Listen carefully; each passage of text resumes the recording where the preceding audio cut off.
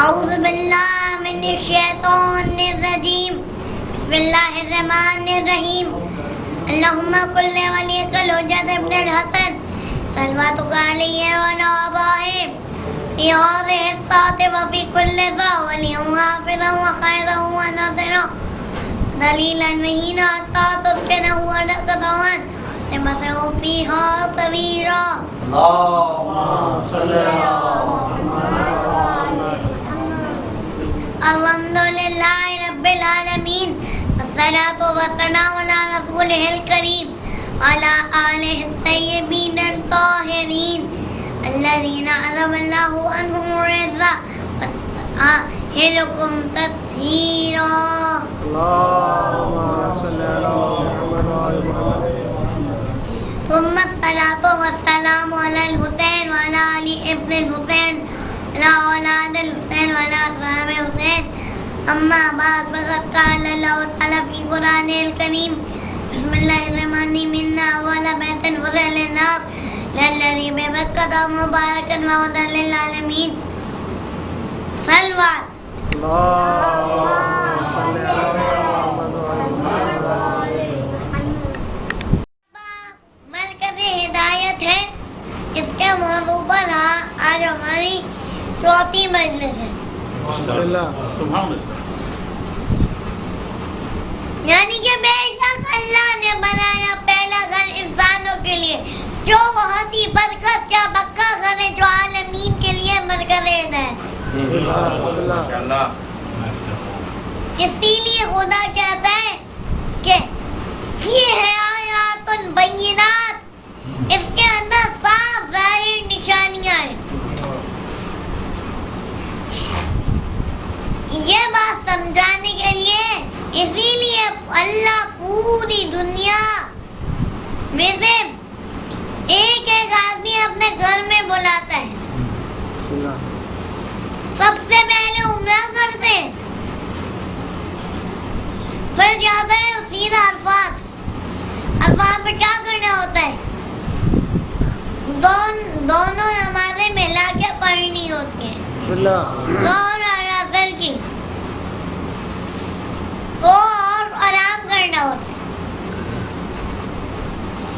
اس کے بعد پھر جیسی صبح ہوتی ہے جیسی اذان ہوتی ہے کہتے ہیں کہ اٹھو فوراً جاؤ مزدلفہ میں کیا کرنا ہوتا ہے 3 کام کرنے ہوتے ہیں ایک تو آرام کرنا ہوتا ہے ایک تو دو نمازیں ملا کے پڑھنی ہوتی ہیں مغرب اور عشاء کی اب ہم پوچھتے ہیں حاجی صاحب آپ نے الفاظ میں بھی یہ 2 نمازیں ملا کے پڑھی الفاظ میں بھی 2 نمازیں ملا کے پڑھی ویسا تو آپ پڑھتے ہی نہیں ہیں اور مزدلفہ میں بھی آ کے 2 نمازیں پڑھی آپ نے تو کبھی یہ کرا ہی نہیں آپ تو کہتے یہ تو شیعہ کرتے آپ تو کہتے ہیں تو شیعہ کا کام ہے تو آج کیوں آپ کرتے تو کہا حاجی صاحب نے کہ اصل میں یہ جو حاجی ہوتے ہیں یہ تھک جاتے تو ہم نے کہا کہ حاجی صاحب تھکنا تو چلنے میں پڑتا ہے اب یہاں کہاں بھی تھک گئے حاجی چلنا تو طواف میں ہوتا ہے چلنا تو صحیح میں ہوتا ہے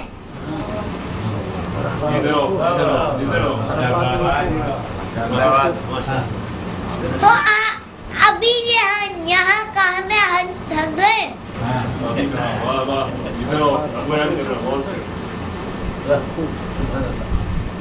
پھر ہم اور ایک اور کام کرنا ہوتا ہے 3 کام کرنے ہوتے ہیں اس کا کام یہ کہ 3 شیطانوں کو مینا میں کنکر مارنے کے لیے کنکریاں چنی جاتی ہیں جیسے صبح ہوئی سیدھا گئے مینا